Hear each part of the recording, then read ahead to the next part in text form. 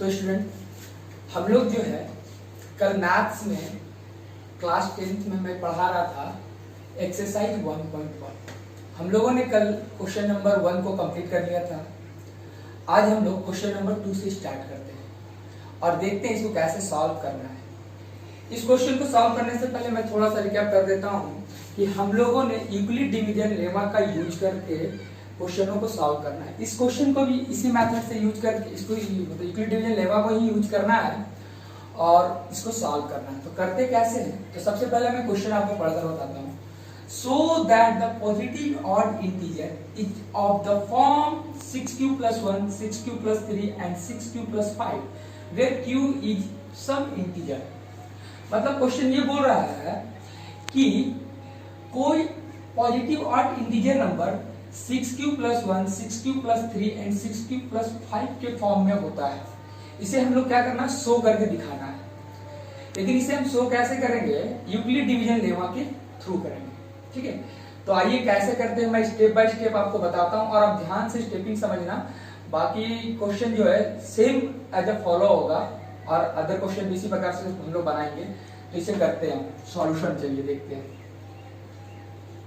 सबसे पहले क्या करना है कि हम लोगों को लेट मान लेना है। Let a b a positive integer then p equal to 6। सबसे पहले आपको क्या करना है कि a कोई एक पॉजिटिव इंटीजर नंबर है, ठीक है, और b इक्वल टू 6। आप अब ये सोच रहे हो सर ने b इक्वल टू 6 क्यों लिख रखा है? तो मैंने बताया था यूक्लिड डिवीजन लेमा में कि क्या होता है कि a equal to b q plus r. ठीक है, जहां पर a क्या था? डिविडेंड था, b क्या था? डिवीजर, q कोसेंट, r क्या था? रिमाइंडर। तो जो ये जो क्वेश्चन आपको दिया हुआ है 6q plus 1, 6q plus 3, 6q plus 5, सबसे पहले जो q के साथ जो मल्टीपल होता है वो कहलाता है b। सबसे पहले आपको क्या करना है? b को डिसाइड करना है। तो हम लोगों ने b इक्वल टू 6 मैंने कहां से डिसाइड किया कि q का जो यहाँ पर मल्टीपल था 6 वो b को मैंने डिसाइड किया। ठीक है, पहला स्टेप में आपको यही करना है कि let a be a positive integer, b equal to 6। अब बाय यूक्लिड डिवीजन लेमा क्या था हमारे पास? यूक्लिड डिवीजन लेमा में जब b डिसाइड हो जाता है उसके बाद आपको r डिसाइड करना है। और r का कंडीशन हम बता चुके थे कि वो क्या होता है? जीरो के बराबर और जीरो से छोटा और b से छोटा होता है। मतलब कि जीरो के बराबर और जीरो से बड़ा और b से छोटा होना चाहिए। और b आपने डिसाइड कर रखा है, तो r हम लोग कैसे डिसाइड करेंगे?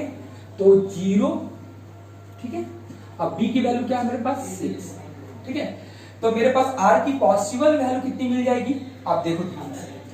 r इक्वल टू 0 हो जाएगा, 1 हो जाएगा, 2 हो जाएगा, 3 हो जाएगा, 4 हो जाएगा और 5। हम 6 नहीं ले सकते क्योंकि यहाँ 6 के इक्वल नहीं किया गया है। ठीक है, तो r की जितनी भी पॉसिबल वैल्यू थी हम लोगों ने डिसाइड कर लिया, है ना। अब ये था हमारा सेकंड स्टेप। ठीक है, अब मैं थर्ड स्टेप आपको बताने जा रहा हूं। थर्ड स्टेप में क्या करते हैं कि 1 बाय 1 करके हम लोग यूक्लिड डिवीजन लेमा में इस वैल्यू को पुट करेंगे। ठीक है, now when r equal to 0, सबसे पहले r की 0 वैल्यू को हम लोग ले रहे हैं। ठीक है, तो a बराबर क्या हो जाएगा मेरे पास? b की वैल्यू क्या है? 6। तो 6q प्लस r की जगह पे मैंने क्या कर दिया? 0। ठीक है, a बराबर 6q प्लस 0। जब इसको सॉल्व किया हम लोगों ने तो a बराबर क्या मिल गया? 6q। ठीक है, अब आप देखोगे कि ये वैल्यू इवन है कि ऑड है। ठीक है, इतना जैसे आप r की वैल्यू पुट करोगे तो जो सॉल्व होकर आएगा हमारे पास उसको चेक करना है कि a की वैल्यू मेरे पास क्या इवन आई है कि ऑड आई है। तो कैसे डिसाइड करेंगे? हम q की जगह पे कोई भी पॉजिटिव इंटीजर रखते हैं। सबसे पहले 1 रखते हैं। अगर मैं 1 पुट करता हूं तो 6 इंटू 1 6, दैट इज इवन। ठीक है, 6 into 2 12, that is even. 6 into 3 18, even. मतलब कि आप कोई भी पॉजिटिव इंटीजर इसमें पुट करोगे वैल्यू वो क्या देगा? यहाँ पर रिजल्ट इवन देगा। ठीक है। सिमिलरली इसी प्रकार जैसे मैंने r बराबर 0 लिया, अब क्या लूंगा r बराबर 1, ठीक है। तो a बराबर मुझे क्या मिल जाएगा 6q प्लस 1, ठीक है। ये वैल्यू मैं यूक्लिड डिवीजन एल्गोरिथम जो रूल है हमारे पास a बराबर bq प्लस r पे ये वैल्यू पुट करना है, ठीक है। मैं पुट करते जा रहा हूं एक करके। तो 6q प्लस 1, अब इसे डिसाइड करेंगे कि ये वैल्यू इवन है कि ऑड। तो कैसे करेंगे, कोई भी अपने मन से कोई भी एग्जांपल आप यहाँ पर पुट करो, वैल्यू 1 पुट करो, तो ये तो इवन नंबर था, अभी हम लोग ऊपर से डिसाइड किए। इसमें अगर प्लस 1 एक ऑड नंबर है, ऐड करते हैं तो ये रिजल्ट क्या देता है, ऑड देता है। आप चेक कर लेना, फिर भी ये ऑड होता है, ठीक है। अब r बराबर हम लोग क्या लेंगे 2। इसी तरह जितनी वैल्यू है मेरे पास 5 तक, मुझे 5 वैल्यू वो पुट करनी होगी यूक्लिड डिवीजन एल्गोरिथम में। तो a बराबर क्या मिल जाएगा मुझे 6q प्लस 2। अब आप देखो ये इवन, ये इवन, जब इवन नंबर के साथ ऐड होता है तो वो अल्सो रिजल्ट देता है इवन, ठीक है। फिर r बराबर लेंगे हम 3,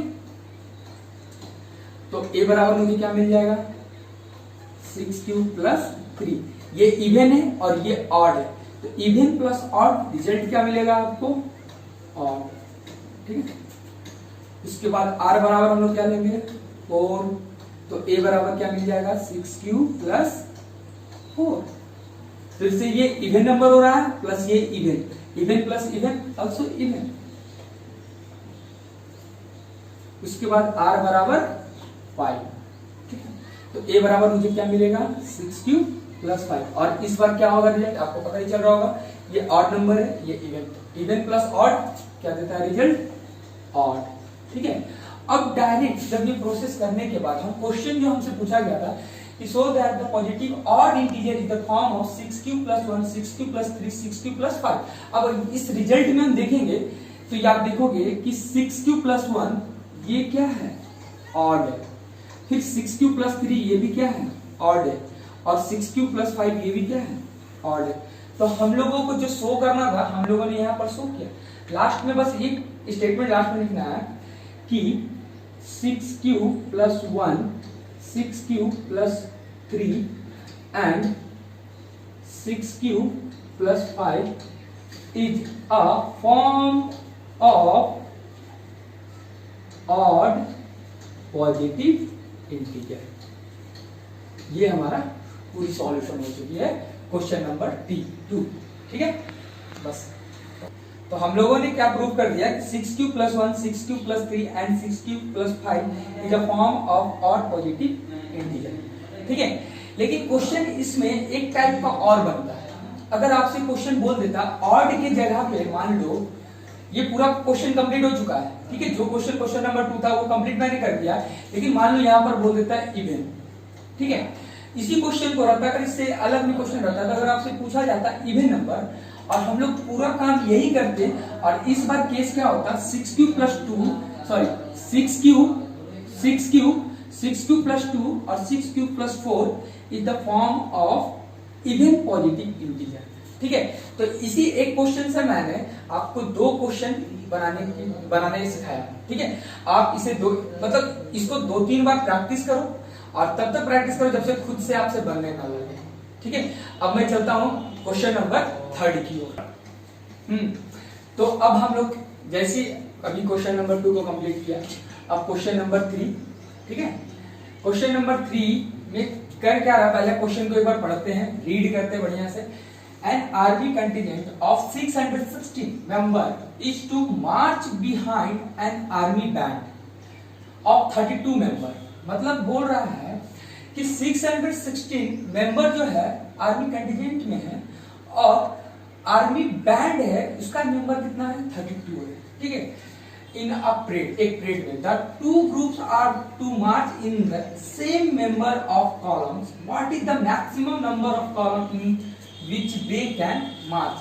मतलब कि 2 मेंबर है और 2 मेंबर को क्या किया गया है कि उसमें से हमको बताना है कि उसके मैक्सिमम कितने कॉलम बन सकते हैं एक मार्च में, ठीक है, एक परेड मार्च में। तो इस तरीके का जब भी क्वेश्चन मिले तो आप क्या करना कि दोनों मेंबर का एचसीएफ को फाइंड करना, ठीक है। याद रखना हमेशा कि जो कंटीजेंट मेंबर है 616 और बैंड मेंबर जो है उस 32 मेंबर, उस दोनों नंबर का क्या करो आप एचसीएफ फाइंड कर दो, वही उसका क्या कहलाएगा, जो निकल कर रिजल्ट आएगा वो maximum member of column in marks कहलाएगा। ठीक है, तो मैंने आपको क्वेश्चन नंबर 1 में बताया था कि यूक्लिड डिवीजन लेमा का यूज करके कैसे एचसीएफ को फाइंड करते हैं। तो सिमिलर उसी तरीके से मैं करने जा रहा हूं। तो सबसे पहले क्वेश्चन है 616 एंड 32। तो पहला क्या करना है, इस दोनों नंबर में से सबसे बड़ा नंबर को आप डिसाइड कर लो और वो a के बराबर मान लो। उसके बाद b के बराबर क्या हो जाएगा 32। अब मैं बताया था आपको कि रफ वर्क करने के लिए, तो रफ वर्क में क्या काम करना है, इसको डिवाइड करना है। 616 को 32 से आप क्या करो डिवाइड, ये रफ वर्क हमेशा आप याद रखना, ये रफ में करना है। और उसके बाद जो हम डिवाइड करके प्रोसेस कराएंगे उसे यूक्लिड डिवीजन मेथड में अरेंज करेंगे। ठीक है, तो ये क्या कितने में टर्म जाएगा, फर्स्ट मर्ज हो जाएगा, तो क्या हो जाएगा ये 32 बचेगा, ये 11 में से 2 गया 9, ठीक है, 5 में से 2 गया 3 गया 29, ये फिर 6 उतर जाएगा। उसके बाद ये अभी भी लगेगा, इससे हम लोग कितने से लगाएंगे इसको, 9 मरते में लग जाएगा मेरे ख्याल से 288, कितना होगा ये 8 बचेगा।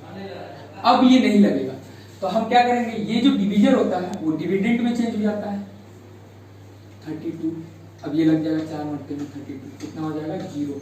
मैं बताया था आपको कि जब तक रिमाइंडर 0 नहीं होता तब तक ये प्रोसेस कंटिन्यू करते रहेंगे, जैसे रिमाइंडर 0 आ जाता है हम प्रोसेस को क्या करेंगे, स्टॉप कर देंगे। उसके बाद हम लोग क्या करेंगे, अरेंज करेंगे।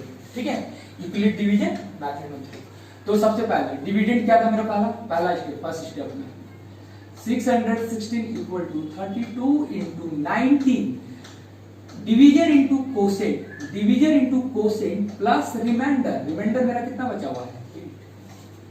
ठीक है, सेकंड स्टेप में क्या करना है, डिविडेंड कौन है हमारे पास 32, ये हो गया divisor into quotient 8 into 4 plus remainder 0।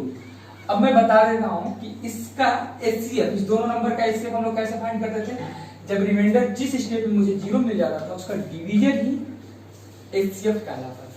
ठीक है, तो यहाँ पर डिवीजर के प्लेस पे कौन सा है 8 है, तो यहाँ पर लिखूंगा HCF of 616 and 32 equal to 8। ठीक है, तो maximum number of column in marks कितना हो जाएगा 38, आंसर क्या हो जाएगा मेरे पास 8। ठीक है, ये आंसर हो गया। तो ये पूरी प्रोसेस समझ में आ रही होगी, इजी भी था ये फर्स्ट क्वेश्चन, जिसको समझ में आएगा तो ये भी क्वेश्चन आपको समझ में आ रहा होगा। अब लास्ट एक क्वेश्चन मैं अभी और कराऊंगा, वो क्वेश्चन नंबर 3 है, फोर्थ, और उसके बाद हम लोग नेक्स्ट पार्ट में मिलेंगे। ठीक है, तो क्वेश्चन नंबर 4 मैं आपको बताने जा रहा हूँ। तो अब हम लोग चलते हैं क्वेश्चन नंबर 3। तो क्वेश्चन नंबर 3 में आप देखोगे कि क्वेश्चन क्या बोल रहा है कि use Euclid division lemma to show that the square of any positive integer is either of form 3m plus 1। मतलब कि मुझे क्या करना है कि यूक्लिड डिवीजन लेमा का यूज करके इस नंबर 3m और 3m1 को प्रूव करना है कि स्क्वायर ऑफ पॉजिटिव इंटीजर होता है, इसे हम लोगों को क्या करना है, शो करना है। तो जो जैसे हम लोग क्वेश्चन नंबर 2 को किए थे, सिमिलरली सेम टू सेम उसी प्रोसेस के थ्रू हम इसको करेंगे। तो सबसे पहले क्या करना है कि let a b the positive integer, तो कोई भी चेंजिंग नहीं होगा प्रोसेस में, जैसे मैंने पहला स्टेप में किया था तो उसी तरीके से इसका फर्स्ट स्टेप भी ए बी द पॉजिटिव इंटीजर और एंड b इक्वल टू क्या हो जाएगा, यहां से कैसे डिसाइड करेंगे, तो जैसे यहाँ 3m है, इस बार q की जगह पे क्या मिला आपको m क्या है, एक सम इंटीजर नंबर ही है, और m के साथ जो मल्टीप्लाई होगा वो कहलाएगा b की वैल्यू, b की वैल्यू मुझे क्या मिलेगी 3। पहला स्टेप में आपको क्या करना है, a को कोई पॉजिटिव इंटीजर मानना है और b इक्वल टू 3। जैसे आप b को डिसाइड करते हैं, b को डिसाइड करने के बाद आप उसके बाद r को डिसाइड करो, तो r क्या हो जाएगा, तो r 0 के से ज्यादा और उसके बराबर और 3 से कम। ठीक है, तो r की पॉसिबल वैल्यू मुझे क्या मिलेगी, r बराबर 0 1 2। 3 तो लेना ही नहीं है क्योंकि 3 से कम चाहिए, ठीक है, तो 3 से कम 2 है ना। अब उसके बाद हम लोग किसका यूज करेंगे, यूक्लिड डिवीजन लेमा का।